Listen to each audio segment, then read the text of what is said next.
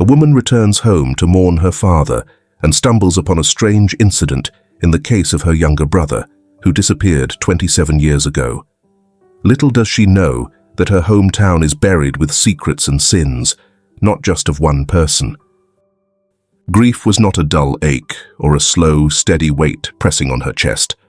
It was sharp, an unbearable, suffocating thing that clawed at her from the inside, a relentless reminder that she was alone. Utterly, irreversibly alone. Natalie Carter sat on the edge of her father's bed, the sheet still carrying his scent, and let the weight of it settle over her. First, her mother, 5 years ago, after a long battle with illness. Now her father, his body barely cold in the ground. And before them, Ethan, her little brother, stolen from the world at 12 years old, leaving nothing behind but an unsolved case and a family that unraveled in his absence. Now there was no one left. The house was hers, but it didn't feel like home. It was a tomb, filled with ghosts, whispers of laughter in the hallway, the scrape of her father's chair against the kitchen tile, the echo of her mother's voice calling them in for dinner. She could almost hear Ethan's sneakers slapping against the hardwood, could almost see him grinning at her, teasing her like he used to. But the house was silent now. Natalie stood, forcing herself to move, because standing still meant remembering, and remembering felt dangerous. She walked through the house slowly, fingers trailing over dusty picture frames, the wood worn smooth from years of touch. The wake had ended hours ago, but traces of it lingered. Cold coffee cups on the counter, the faint scent of fading perfume from old neighbors who had come, whispered their condolences and left as quickly as they could. No one wanted to talk about Ethan. No one ever did. She had hated that as a child, the way people pretended he had never existed. At 12, she had wanted to scream at them, forcing them to say his name. But time had buried Ethan deeper than any grave could. He wasn't just missing, he had been erased. She wandered into her father's study, seeking what exactly? Comfort. Answers. Maybe just something to anchor her to him, to keep the grief from hollowing her out completely. The room was untouched, a time capsule of his quiet, methodical life. His desk was still covered in neatly stacked papers, a row of pens lined up in perfect order. She had always found his precision infuriating as a child. Now it felt like a kind of safety, a reminder that he had been real. Her fingers grazed the spines of old books before stopping on a dusty leather album tucked into the corner of the shelf. Her breath hitched. She knew this album, family photos. A tremor ran through her fingers as she pulled it down, the leather cool and cracked beneath her touch. She carried it to the desk, swallowing the lump in her throat as she flipped through the first few pages. Pictures of birthdays, summer trips, and Christmas mornings. Then, June 1995. Her pulse slowed. The last photos of Ethan before he vanished. Her father had taken them, the morning he disappeared. She had seen these before, had studied them, memorized them, traced Ethan's smile with her fingertips more times than she could count. But as she turned the page, something stopped her cold. One picture, Ethan, Tommy and Lucas, standing with their bikes on the dirt path leading toward the woods. The morning light cast long shadows. The photo was taken by their father, and she remembered his enthusiasm for capturing the beautiful moments for everyone around him. It seemed like it was just yesterday. The children stood there, waving happily before leaving. Natalie reminded herself not to cry anymore, before her eyes would fall out from crying so much. But when looking closely at the photo in the side mirror of a parked car, a reflection, a man standing just beyond the tree line, watching them. That gaze seemed to be waiting for prey, even though the figure was faint. Natalie's skin went cold. She leaned in, squinting, her heart hammering. The figure was blurry, almost indistinct, but the posture, the way he stood, rigid and waiting. She flipped the page, looking for more photos from that day, but there were no others. Who was he? Her father had never mentioned anyone else being there. The case files she had read, nothing about a man at the scene. She stood abruptly, heart racing. The police report. She needed to see it again. She dug through the boxes she had pulled from her father's closet, hands shaking as she pulled out a battered manila folder. The pages were yellowed with age, brittle at the corners, but she read through them carefully. Nothing. No mention of a witness. No mention of a parked car. It was as if he had never existed. She clenched the photo in her hand.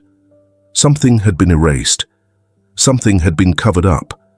She had spent 27 years mourning Ethan, screaming into the silence, demanding answers no one would give her. But now she had proof that something had been missed, or worse, hidden. Her grip on the album tightened. For the first time in years, she felt something stronger than grief. She felt resolve. The town felt smaller than she remembered. Sturgeon had always been a quiet place, the kind of town where everyone knew your business before you even had a chance to live it. But time had worn it down, pressing it into something even more insular, more cautious. The roads looked narrower, the storefronts older, their signs faded by Michigan's relentless winters. Even the air felt different, still, stagnant, like the town had been holding its breath for nearly 3 decades. Natalie walked slowly down Main Street, hands tucked into her coat pockets, watching people watch her. They recognized her. Of course they did. She had seen it at the funeral, the sidelong glances, the hushed murmurs. That's Natalie Carter, the sister. No one ever said Ethan's name out loud. She passed Miller's Gas and Convenience, its rusted fuel pumps standing like relics from another time. A teenage boy inside rang up a sale without looking up, a half-hearted ding from the register echoing into the street as an old man shuffled past her with a carton of milk. The grocery store was just ahead, its windows clouded with dust, the hand-painted Downing's Market sign swaying slightly in the breeze. She pushed the door open, the scent of old wood and dried herbs greeting her. Mrs. Downing stood behind the counter, counting bills with the same meticulous care Natalie remembered from childhood. Her hair had gone entirely white. Her frame was thinner, but her eyes were sharp as ever. "Natalie Carter," she said, without looking up. Natalie hesitated, fingers brushing against the cool metal of a shopping cart, before deciding she didn't need one. "Hi, Mrs. Downing. I was just passing through." The old woman nodded, but her hands slowed on the cash. "Heard about your father. I'm sorry." "Thank you." A pause. He loved this town." Mrs. Downing exhaled through her nose. "So did your mother. So did Ethan." There it was. Natalie swallowed. "Do you remember much about that summer? When Ethan—" The air shifted, just slightly. Mrs. Downing's shoulders stiffened. The steady rhythm of her counting stopped altogether. She pressed the bills together and tucked them into the register with a quiet finality. "Some things," she said without looking up, "are better left alone." Natalie's throat tightened. "You were here when it happened. You must remember." "I remember everything, dear." The older woman met her eyes then, voice steady but thin. "But I also remember what happens when people start asking the wrong questions." A silence stretched between them, thick and unmoving. Then, as if nothing had happened, Mrs. Downing turned, lifting a crate of apples onto the counter. The conversation was over. The police station hadn't changed much either. Same beige walls, same squeaky linoleum floors. The receptionist at the front desk looked up, squinting at her name on the visitor log. "You said Carter." "Yes." Natalie pulled her coat tighter around herself. "I need to look at some old case files." The woman frowned. "What case?" Natalie hesitated. "Ethan Carter, my brother."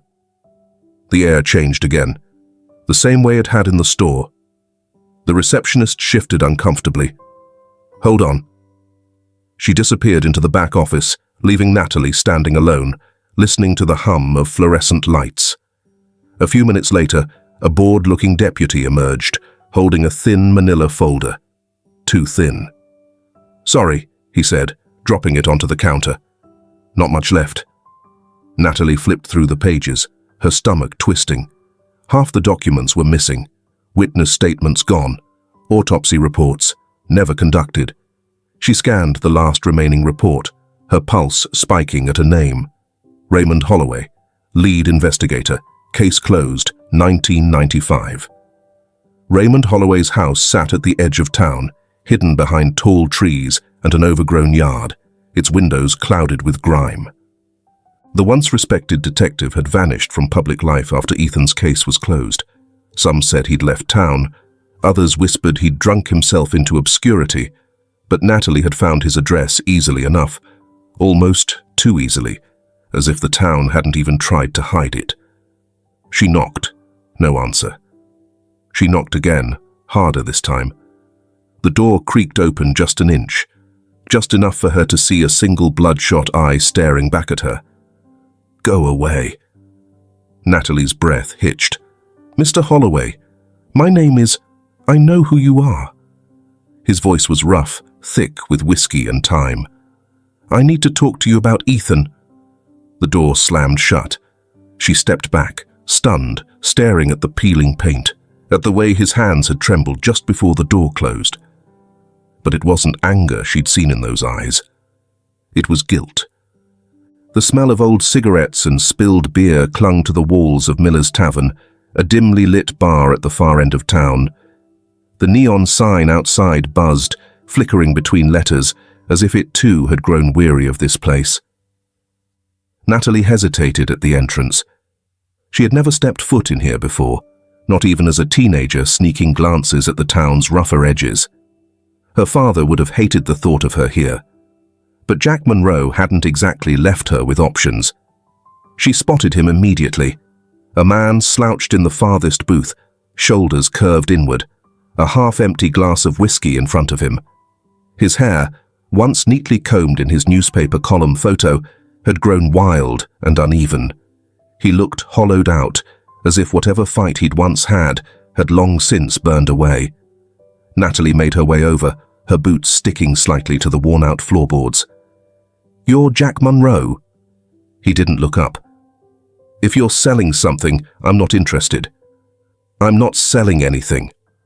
She pulled out the photo from her father's album, sliding it across the table. "I need answers." That got his attention. Jack glanced at the picture, then at her.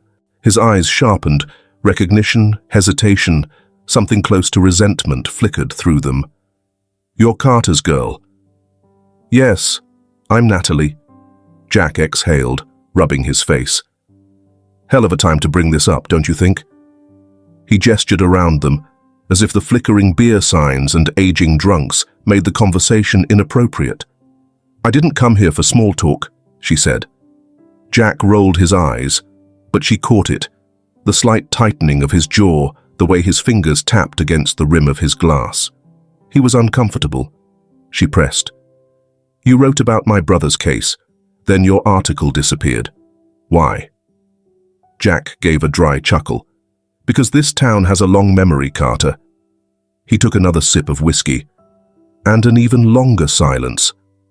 Natalie folded her arms. "That's not an answer." He sighed, drumming his fingers against the glass. The silence stretched between them before he finally spoke again, his voice lower now. "I had sources," he admitted. "People who told me the investigation wasn't handled right, witnesses who weren't questioned, statements that didn't match up. But the moment I started digging too deep, my editor got a call from someone who made it very clear. Either I shut up or I lost my job." "And you just gave up?" Jack scoffed. "You think I had a choice?" He leaned forward, eyes dark. "I got threats, Carter, not just polite ones either. Someone trashed my car, broke my front window, and when that didn't work, I got a letter in my mailbox saying if I didn't stop asking questions, I might end up taking a little trip myself." Natalie's stomach tightened. "You think someone in the town was involved?" Jack let out a bitter laugh. "Oh, I don't think. I know." She studied him, the way his fingers gripped the glass just a little too tightly, the way his eyes darted toward the door like he was expecting someone to walk in at any moment. He still carried the fear with him, even after all these years. Natalie placed her hands flat on the table. "I found this picture in my father's things." Jack barely glanced at it. "Look again." She pointed to the reflection in the car mirror. Jack's eyes flicked downward, and then he froze. The color drained from his face. He grabbed the picture, bringing it closer to the dim overhead light. His lips parted slightly, his breath hitching just enough for her to notice. "Where did you say you got this?" "My father took it, the morning Ethan disappeared." Jack didn't speak right away. He was staring at the reflection in the mirror, the shadowy figure partially obscured by glare. "This isn't just some stranger," he murmured. Natalie's pulse spiked. "Who is it?" Jack hesitated, rubbing his jaw. "I don't know for sure, but I can tell you one thing. This man, he wasn't in the official police reports." A cold weight settled in Natalie's chest. That was exactly what she had feared. Jack let out a slow breath, shaking his head. Jesus. He sat back, rubbing his temples like the memory of it all had crept back up his spine.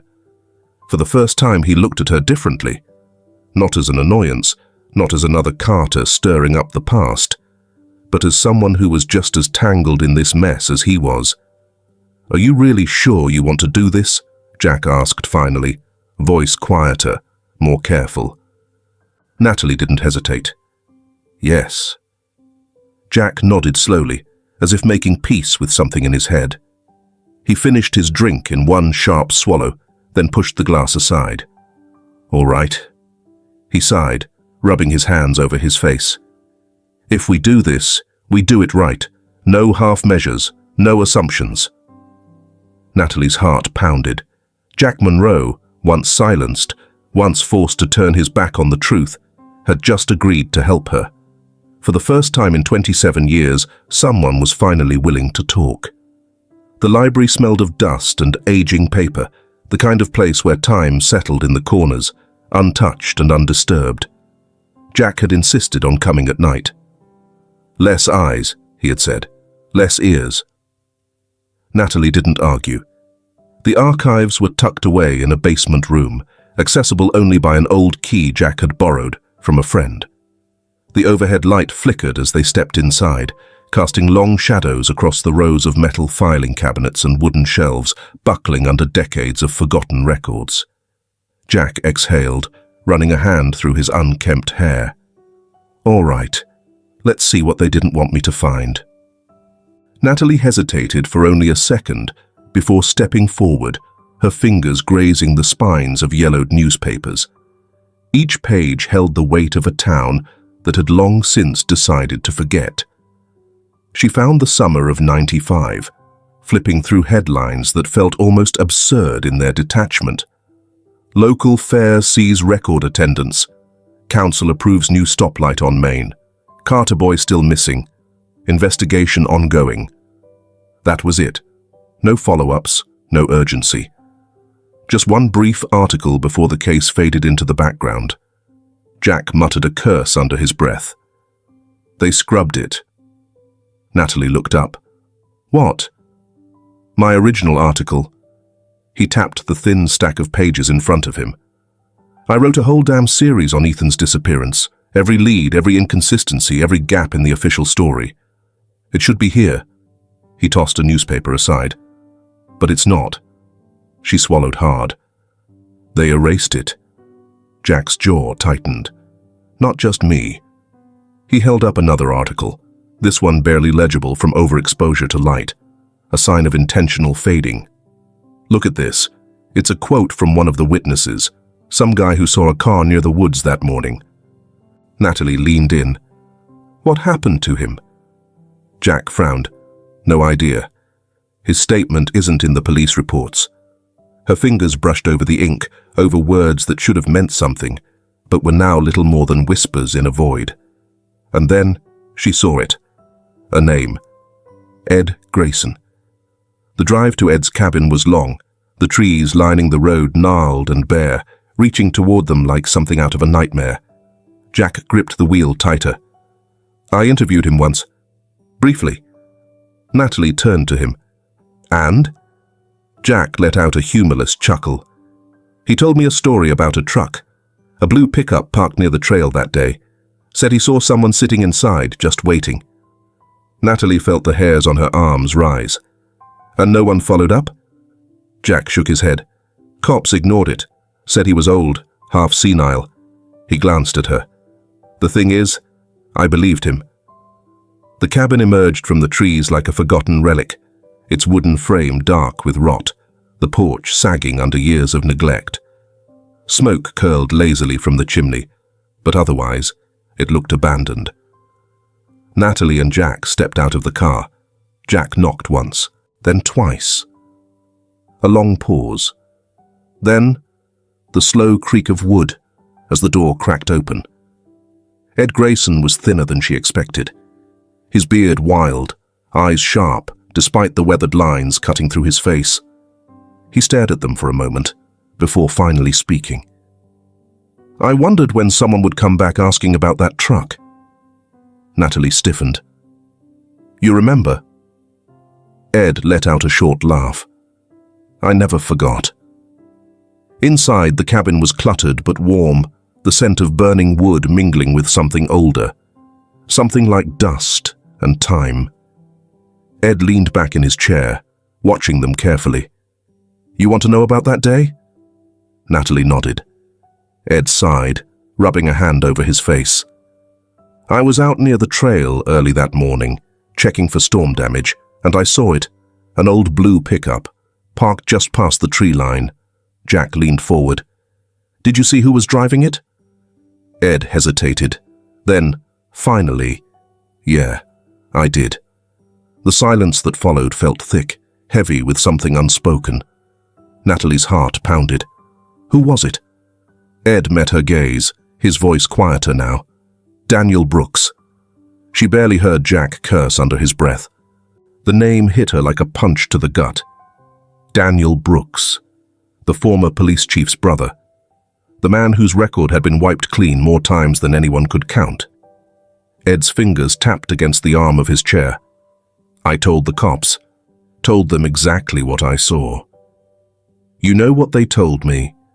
Jack answered for him. To forget it. Ed nodded slowly. The fire crackled between them, but Natalie barely noticed. Daniel Brooks. This wasn't just an accident.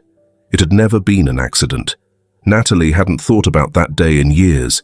The image had been buried under layers of grief, tucked away in a place she rarely let herself visit. But now, sitting in Jack's car with Ed Grayson's words still ringing in her ears, the memory slammed into her with full force. William Brooks had been in their living room. She was 13, curled up in the corner of the couch, watching as her mother sobbed into a crumpled tissue. Her father sat stiffly beside her, hands clasped together so tightly his knuckles had gone white.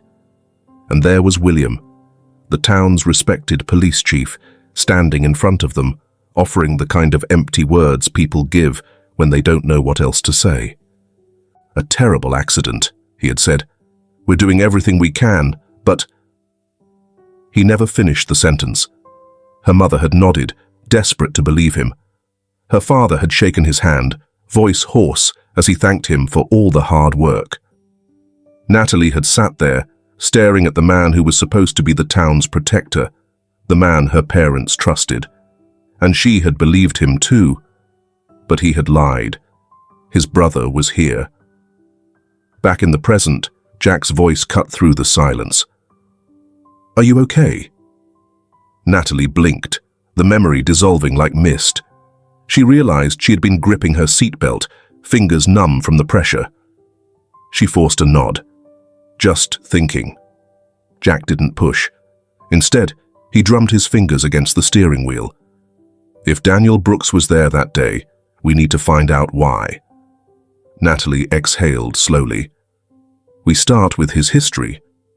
Jack's apartment was cluttered with half-opened notebooks, scattered newspaper clippings, and an overflowing ashtray despite the fact that he didn't smoke anymore.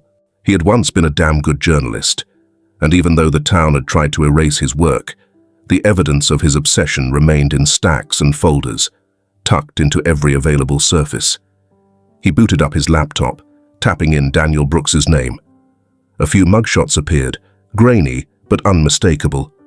Jesus, Jack muttered, multiple assault charges, but no convictions. Natalie leaned in. How is that possible? Jack clicked through the files. Because every charge was dropped, some cases never even made it to court. He scrolled further. Victims refused to testify, witnesses recanted, and look at this, all of it happened while William Brooks was police chief. Natalie's stomach turned. Jack rubbed a hand over his face. He was protected, every single time. She thought of Ed's story, the blue pickup truck. The man is waiting in the woods. Jack's voice was low. Ray Holloway is going to love this. They found Ray Holloway in the same place as before, behind his locked door, whiskey thick on his breath. Jack knocked harder this time. The door cracked open an inch. Ray's bloodshot eyes narrowed when he saw them. I told you. Jack didn't wait. He shoved a printout of Daniel's mugshot through the gap. Ray's expression shifted instantly. He stared at the paper like it was something rotten. His fingers trembled before he snatched it away, eyes flicking up to meet Natalie's. I knew it, he muttered. Natalie's pulse spiked. You suspected him? Ray hesitated, then let the door swing open wider. Get in. The inside of Ray's house was stale and cluttered, a space where time had stopped moving. A dusty TV played a rerun of an old crime show, the volume so low it was barely a murmur. Ray slumped into a chair, rubbing his temples. I knew Daniel was trouble. I knew it for years. Then why didn't you do anything? Jack's voice was sharp, edged with frustration. Ray let out a bitter laugh. You think I didn't try? You don't know how things worked back then. He tossed the mugshot onto the table. William wouldn't let us near his brother. Any time we brought up Daniel in an investigation, the reports got buried. Witnesses stopped talking. He shook his head. It didn't take long before people just stopped trying.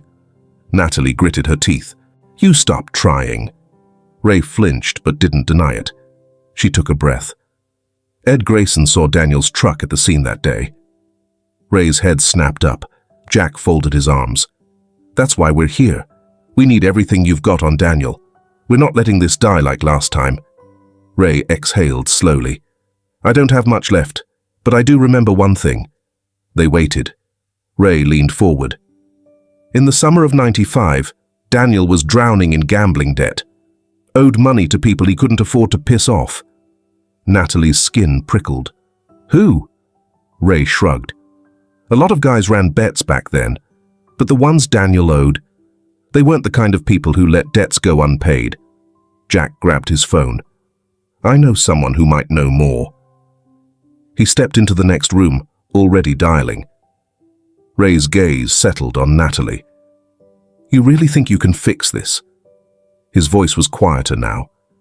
Natalie met his eyes. I don't know, but I have to try. Jack came back a few minutes later, his expression dark. Well? Natalie asked. Jack let out a slow breath.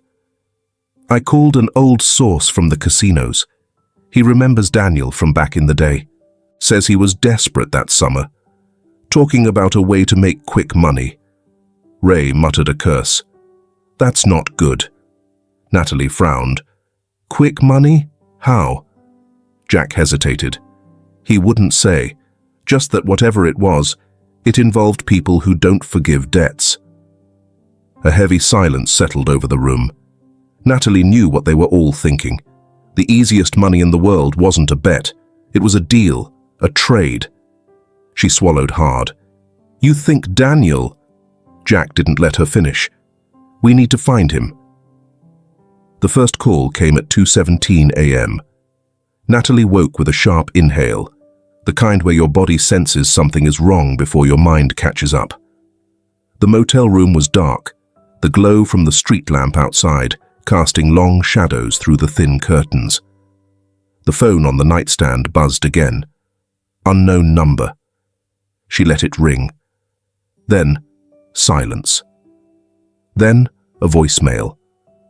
Her pulse was heavy in her throat as she sat up, flipping the phone over in her hands before pressing play. At first, there was nothing. Just dead air, the kind of static that made the hairs on the back of her neck rise. Then, a voice, low, distorted, like it had been run through an old tape recorder. "You don't want to do this." Natalie's breath caught. The voice continued. "Let sleeping dogs lie, Miss Carter. You're digging up things meant to stay buried." The line cut out. She sat there, gripping the phone so tightly her fingers ached. The motel room suddenly felt smaller, suffocating. A sound outside made her jump. Footsteps. She moved quietly to the window, pulling the curtain back just an inch. A figure stood near the motel parking lot, too far to see clearly, but close enough that she knew they were looking at her. Then, as if sensing her gaze, the person turned and slipped into the darkness. Jack was already awake when she banged on his door. He answered, shirt half-buttoned, a cigarette tucked behind his ear. His expression shifted when he saw her face. What happened? Natalie shoved the phone into his hand, voice steady, despite the tremor in her fingers. Voicemail. Jack pressed play, and she watched as his jaw tightened, his fingers clenching slightly at his side. When it ended, he exhaled through his nose. Christ. It means we're getting close, Natalie said. Jack studied her for a second, then gave a slow nod. Yeah, it does. They didn't realize how close until Jack got attacked. It was just after midnight when it happened. Natalie had stepped out to grab coffee from the vending machine down the hall. When she returned, the motel door was slightly ajar. Her stomach dropped. Jack. No answer. She pushed the door open, and the sight knocked the breath from her lungs. Jack was slumped against the dresser, blood trickling from a cut above his eye, his notepad missing from the table. The motel lamp had been knocked over, its dim glow flickering as if it too was struggling to stay awake. Jack groaned, lifting a hand to his head. Jesus! Natalie dropped beside him. Who did this? He exhaled shakily. Didn't see. His voice was hoarse, like he'd had the wind knocked out of him. Door opened. Thought it was you. Next thing I knew, I was on the floor. She gritted her teeth. They were running out of time. They needed to move. Ray Holloway met them at the trailhead near the lake. The sky had darkened, storm clouds rolling in like a warning. The air smelled of rain, damp earth, and something older, something unsettled. This is a mistake, Ray muttered, lighting a cigarette. It's been almost 30 years. You think you're going to find something no one else did? Jack wiped dried blood from his temple. You want to go back to drinking yourself to death, or do you want to help us? Ray took a slow drag. Fine. But I'm telling you now, you don't want to see what you're looking for. They hiked deep into the woods, the path overgrown and forgotten. The rain of these few days will wash away everything. The evil things that people want to hide will be exposed by God and save kindness and truth. Then Natalie saw it. It was so familiar, as if it had been in the Carter family's dreams for nearly 30 years. The color of the shirt Ethan wore that day. The ground near the tree line was uneven, like something had been disturbed. Her pulse hammered as she stepped closer. I think this is it, she whispered. Jack exhaled, dropping to his knees. He started digging, bare hands, wet soil seeping under his nails. Then, something caught. Fabric. Natalie sucked in a breath as Jack carefully pulled it free. Torn, stained, unmistakable. It was a shirt, Ethan's shirt, and it was covered in dried blood. The storm broke overhead, thunder rolling through the trees. But Natalie barely heard it. Her whole world had just come undone. Leave a comment, cheese if you're not a skimmer. Natalie collapsed to her knees, her breath ragged, her fingers digging into the damp earth as though she could hold herself together through sheer force of will. But it was impossible. Everything had unraveled. Ethan had been here. He had bled into this ground. He had never left these woods alive. Her shoulders shook as a deep, aching sob tore through her, the kind that came from years of grief, sharpened into something unbearable. The wind howled through the trees, rain starting to spit from the dark sky above, as if the earth itself was mourning with her. Jack hesitated before stepping closer, his voice low, careful. "Natalie." She squeezed her eyes shut, shaking her head. "No." Her breath came in broken gasps. "I should have." Her voice cracked, but she forced herself to keep speaking. "I should have looked sooner. I should have found this before my parents died." Jack knelt beside her, his eyes dark with something that wasn't quite pity, just understanding. Natalie's voice was raw. They spent their whole lives waiting for answers that never came. And now, she let out a sharp, bitter breath. Now, they're gone. And Ethan is... Her gaze dropped to the torn fabric in Jack's hands, the blood, Ethan's blood, staining the worn material. "I was supposed to protect him," she whispered. "I was his big sister. I promised." The weight of it crushed her. All those years wasted. The birthdays Ethan never got to celebrate. The nights her mother had cried herself to sleep, hoping that maybe, her son was still out there somewhere. Her father, sitting in his old chair, staring at the wall, silently drowning in his own helplessness. Jack exhaled through his nose, running a hand through his hair. He looked away for a moment, as if giving her space to break. Then, carefully, he set the shirt down, resting it gently on the disturbed ground. "This wasn't your fault," he said, his voice quieter now. "None of it was." Natalie let out a ragged laugh, sharp and humorless. "Then whose was it?" Silence settled over them. Ray, who had been standing a few feet away, shifted uncomfortably. He had seen crime scenes before. He had seen grieving families before. But this wasn't some stranger's loss. It was a wound this town had buried and never bothered to unearth. Ray sighed, taking a long drag of his cigarette before flicking it into the wet soil. His voice came out rough. "You're not the only one who should have done more." Natalie turned to him, something raw flashing in her eyes. Ray didn't look at her. His gaze stayed on the fabric in the dirt, like he couldn't bring himself to meet her stare. "I was a cop back then. I should have pushed harder, should have fought back." His fingers twitched at his side, but he didn't move. "But William Brooks ran this town. We all knew it." Natalie swallowed hard. "And you let him." Ray didn't argue. He didn't need to. Jack stood, rubbing his jaw, his expression hard. "We still don't know what happened to Tommy and Lucas." Natalie flinched. The other two boys. God! She had almost forgotten. Jack's voice was careful now. "We need to get this tested. If the blood matches Ethan, the sheriff has to reopen the case." Natalie wiped at her face, her fingers trembling as she forced herself to stand. The ground felt unsteady beneath her, like the weight of it all was too much for her legs to hold. But she nodded. She had no choice but to keep going. They took the fabric straight to a forensic specialist in the next county over, not Sturgeon's lab. No one here could be trusted. The wait was agonizing. Every hour that passed felt like a century. Natalie sat with her arms crossed over her chest, her gaze fixed on the door, as if she could will it to open faster. Jack paced. Ray chain-smoked outside, his phone buzzing every so often with messages from someone neither of them asked about. Then, finally, the forensic tech stepped out, a clipboard in hand. Natalie stood too quickly, her pulse thudding in her ears. The woman exhaled, glancing between them before speaking. "The blood is a match," she said. "It belongs to Ethan Carter."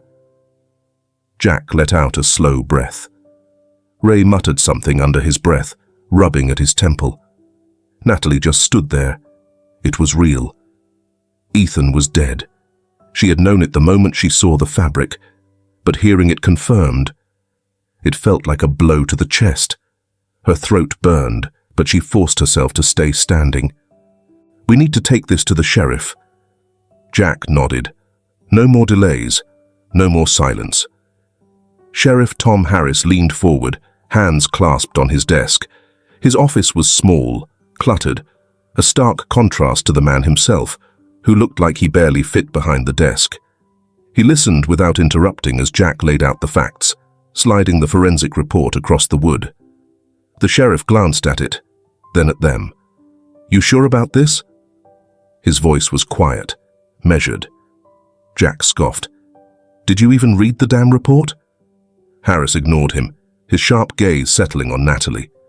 She met his stare head-on, steady, unwavering.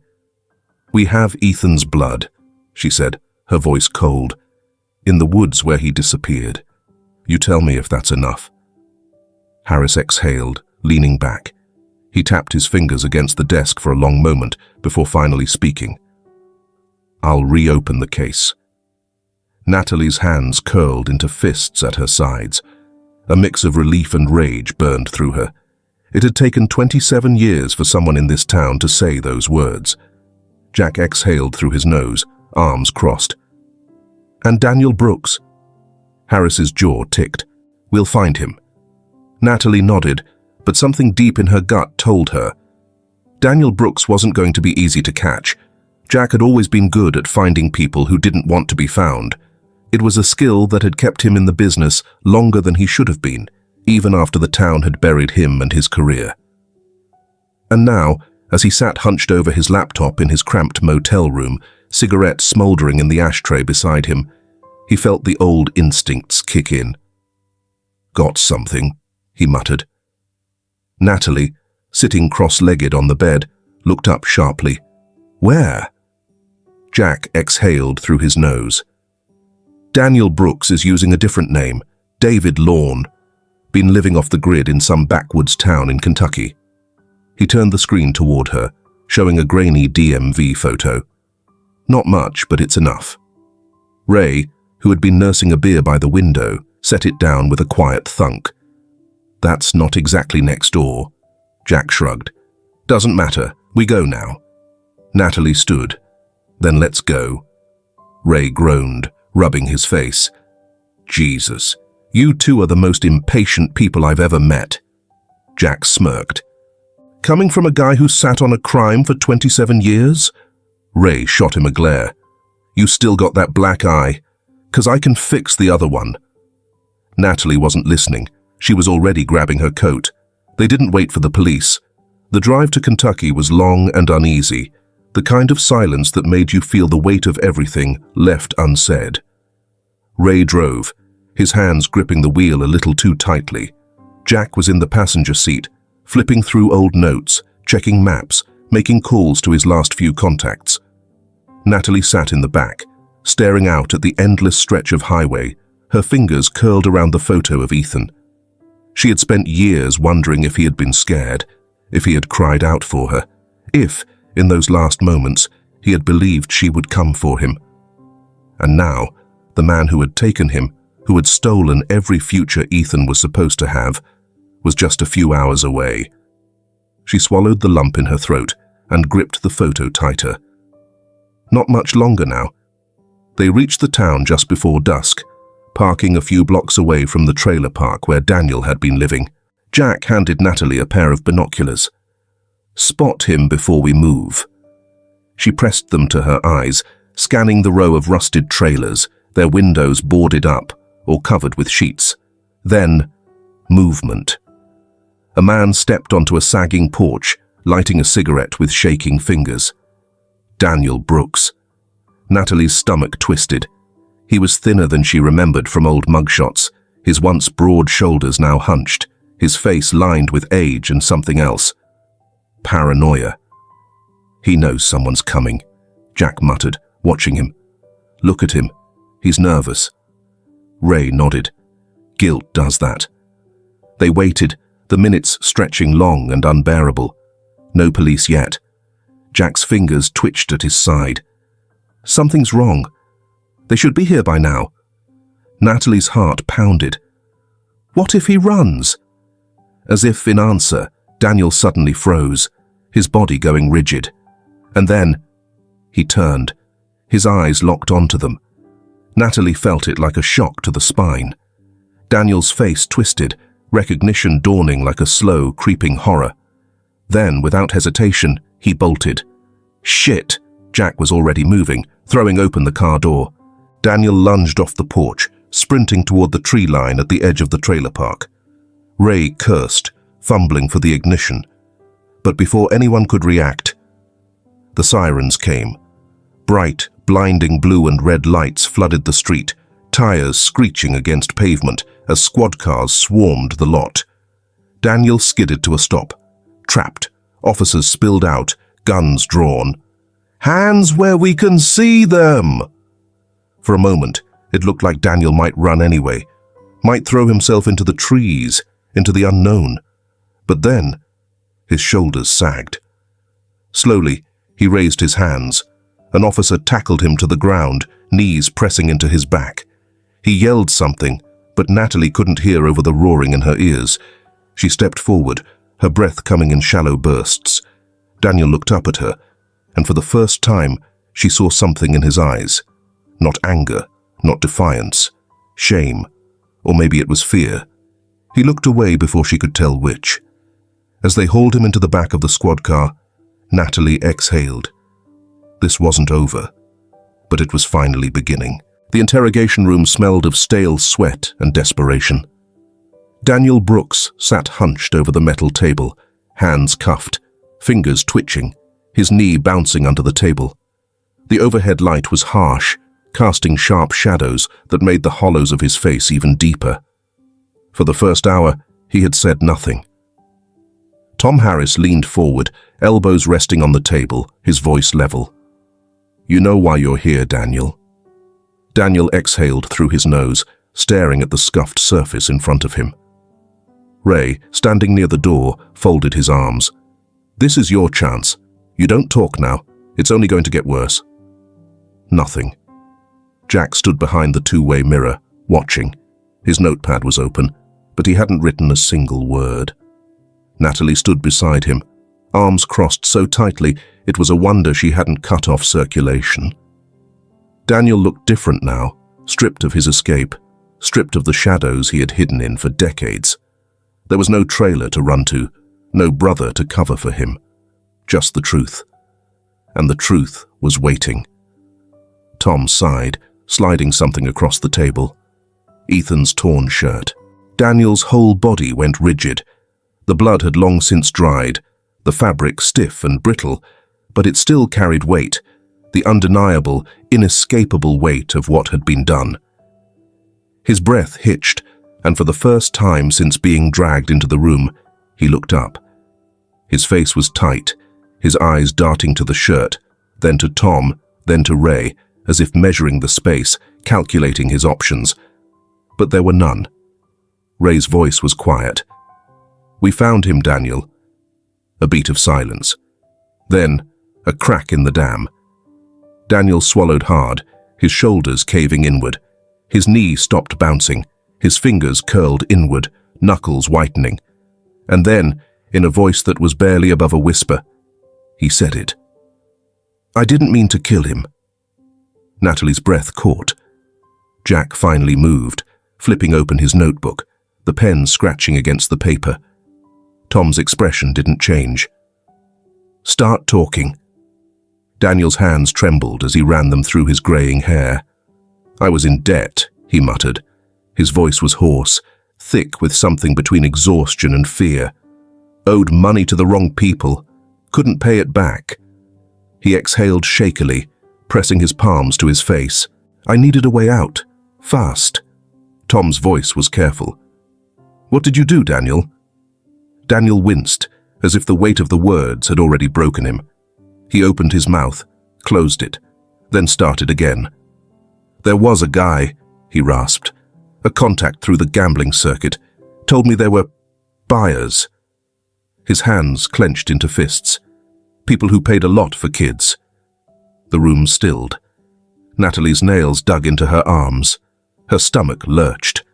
Daniel let out a shuddering breath. I wasn't going to hurt them. I just needed money. Needed a way out. Ray's voice was like gravel. You kidnapped 3 boys. Daniel's face twisted. They weren't supposed to fight back. Jack let out a slow, measured breath from the other side of the glass. Daniel's voice cracked. Ethan, he wasn't supposed to... He shook his head violently, as if trying to shake the memory away. He panicked. He fought harder than the others. His voice faltered. Natalie's vision blurred with hot, uncontrollable rage. I had a sedative, Daniel continued. Wasn't supposed to kill him. Just knock them out long enough to get them where they needed to go. His fingers dug into his scalp, his face contorted in something ugly. But Ethan, he swallowed thickly. He had a weak heart. Natalie's stomach plummeted. She had known about Ethan's heart condition and had grown up watching her parents monitor him, take extra precautions, and keep him from overexerting himself. He had never stood a chance. Daniel let out a choked sound. He stopped breathing. His face twisted, eyes red. I didn't know what to do. Ray's voice was tight. So you called your brother? Daniel let out a bitter, broken laugh. I didn't have a choice. Tom's expression didn't change. What did he say? Daniel swallowed. Told me to get rid of the body. Silence. Jack's pen scratched across the page, recording every damning word. Daniel let out another hollow breath. Tommy and Lucas were still out cold. He told me to go through with the deal. His voice wavered. So I did. The temperature in the room dropped. Tom's jaw clenched. You sold 2 kids. Daniel didn't respond, because there was nothing to say. Natalie couldn't breathe. This was it. This was the moment that had haunted her for 27 years. Ethan had died in the back of a stranger's car, alone, terrified, and drugged. And Tommy and Lucas, their fates had been even worse. Natalie's chest tightened. The walls were too close. She turned sharply, pushing through the door, the weight of it crashing over her. The hallway was dim and empty, but she could still hear him, his voice, his excuses, his pathetic rationalizations. She wanted to tear the walls down, to burn everything to the ground. Jack came after her, his footsteps quick but careful. Natalie. She whirled around, eyes blazing. I need to see him. Jack exhaled through his nose. That's a bad idea. I don't care. Jack hesitated, then nodded once. All right. She turned back toward the door, hands curled into fists. But before she could move, an officer came rushing down the hall, his face pale. Sheriff Harris. The man's breath was uneven. It's Brooks. Tom turned from the interrogation room, eyes narrowing. What about him? The officer swallowed hard. William Brooks is missing. William Brooks had disappeared before the ink on Daniel's confession was even dry. By the time the police stormed his house, it was empty. The front door was unlocked, the floors covered in footprints from officers moving in and out. His wallet, keys and phone were still on the kitchen counter, but his gun and a duffel bag were gone. Sheriff Tom Harris stood in the middle of the house, his hands on his hips, surveying the scene with a grim expression. He didn't run, Harris muttered, shaking his head. He's hiding. Jack, leaning against the doorway, flipped through his notes. Or planning something. Natalie stood in the corner, arms crossed, her nails digging into her palms. She wasn't sure which was worse. The town turned on itself overnight. Rumors spread fast. Some people refusing to believe that William Brooks had covered up a child's murder, others claiming they had always known something was off. By morning, a warrant was issued for his arrest, but William had always been one step ahead. The house was wiped clean. No laptop, no files, no handwritten notes. The only thing left behind was a family portrait from 2 decades ago, still hanging above the fireplace. A man who wanted to disappear wouldn't have left something like that, which meant he was still close. Natalie didn't care where he was, not yet. Natalie had never seen the town like this before. For years, Sturgeon had been a place of silence, of unspoken grief and buried truths. But now, it was cracking open, its long-held secrets spilling into the streets. The morning after Daniel's confession, the news had spread like wildfire. The people of Sturgeon had lived with this mystery for 27 years, whispering theories behind closed doors, lowering their voices whenever the Carter name was spoken. But now, there was no need for whispers. The truth had been dragged into the daylight, raw and undeniable. William Brooks, the man so many had trusted, had been protecting his brother. And now, he was gone. Some believed it was proof of his guilt. Others, clinging desperately to the past, insisted there had to be a mistake. But no one could deny what had happened to Ethan. And for the first time since that awful summer in 1995, the town was grieving with her. When Natalie woke that morning, the first thing she saw was the basket on her doorstep. It wasn't the only one. As she stepped onto the porch, her breath caught in her throat. Flowers, still damp with morning dew, had been placed carefully near the front steps. A small bundle of apples sat beside a carton of eggs, the kind wrapped in newspaper from someone's backyard coop. Someone had left a loaf of fresh bread, still warm. There were no notes, no names, just quiet offerings, acts of care that needed no explanation. Her fingers trembled as she picked up an apple, turning it over in her hands. These people had nothing to do with Ethan's death, but they had carried the weight of his absence too. For years, they had lowered their eyes, stepped around the subject, and buried their suspicions. But now, they were here, not with apologies, but with kindness. Her throat burned as she set the apple back down, blinking against the weight pressing against her chest. She hadn't expected this. She hadn't expected anything at all. Jack stood beside her, hands in his pockets, watching her carefully. He didn't say anything. He didn't need to. After a long moment, Natalie exhaled, stepping back inside. "We need to go." Jack nodded. "Yeah." They still had work to do. The graveyard was silent when they arrived, the morning sun casting long shadows over the uneven ground. Natalie hesitated before stepping forward. Ethan's grave had always been a hollow thing, a headstone without a body, a monument to uncertainty. But now, it was a grave. Her legs felt heavy as she walked, the grass cool beneath her steps. She stood before it, her fingers curling into fists.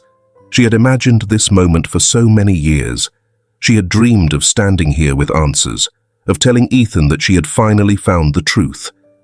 But now that she was here, she didn't know what to say.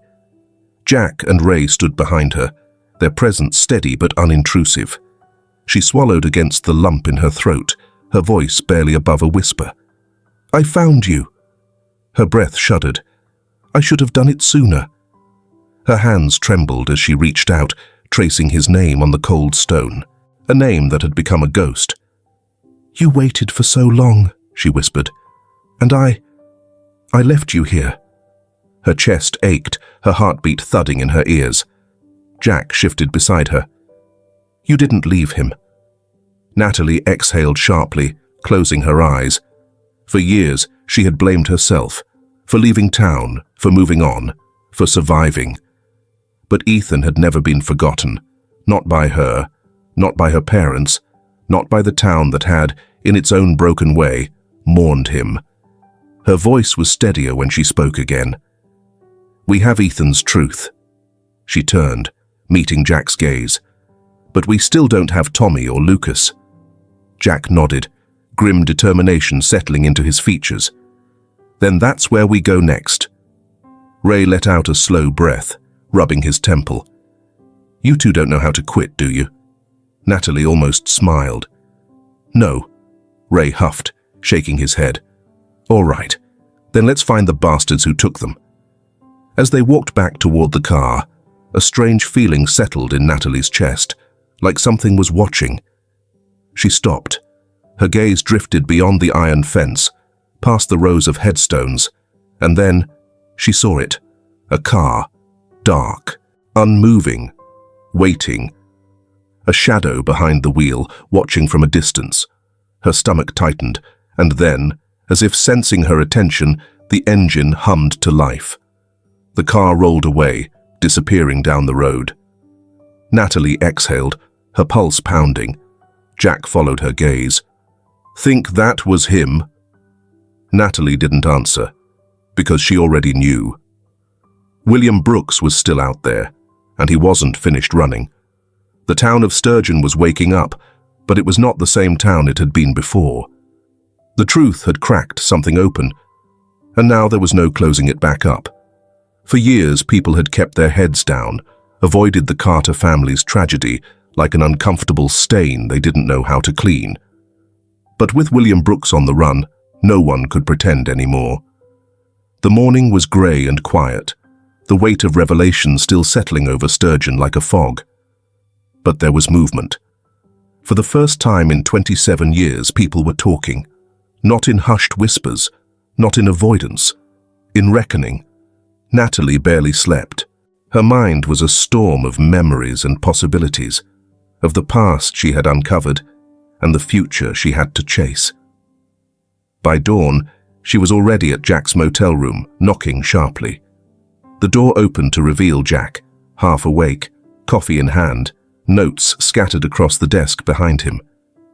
"You're early," he muttered, stepping aside to let her in. "We don't have time to waste," she said. Jack took a slow sip of coffee. "Figured." Ray showed up not long after, grumbling about needing a damn break, but not meaning it. The three of them sat in the cramped motel room, the air thick with exhaustion and something heavier, determination. "We need to find Tommy and Lucas," Natalie said, the words firm.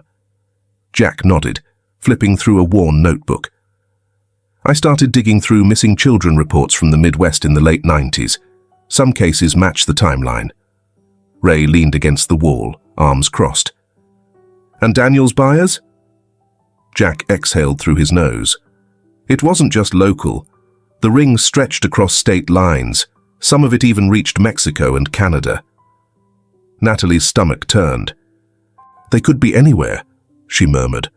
Jack looked up, his expression sharp. "Then we start everywhere." The town, though shaken, began to act. People who had been silent for years now spoke. Natalie had never imagined this. Families, neighbors, strangers, all coming together. Parents of other missing children, once isolated in their grief, now found each other. What began as hushed conversations over coffee turned into gatherings, support networks, a movement. Natalie sat in a small church hall, watching as dozens of faces filled the room, faces of loss, faces of quiet strength. A woman, older, with tired eyes and a weathered face, held up a photo of her son, missing since 1997. A man near the back clutched a worn flyer. His sister had vanished in 2001. They weren't just searching for Tommy and Lucas anymore. They were searching for all of them. Natalie felt it then, truly felt it. This wasn't just her fight. It never had been.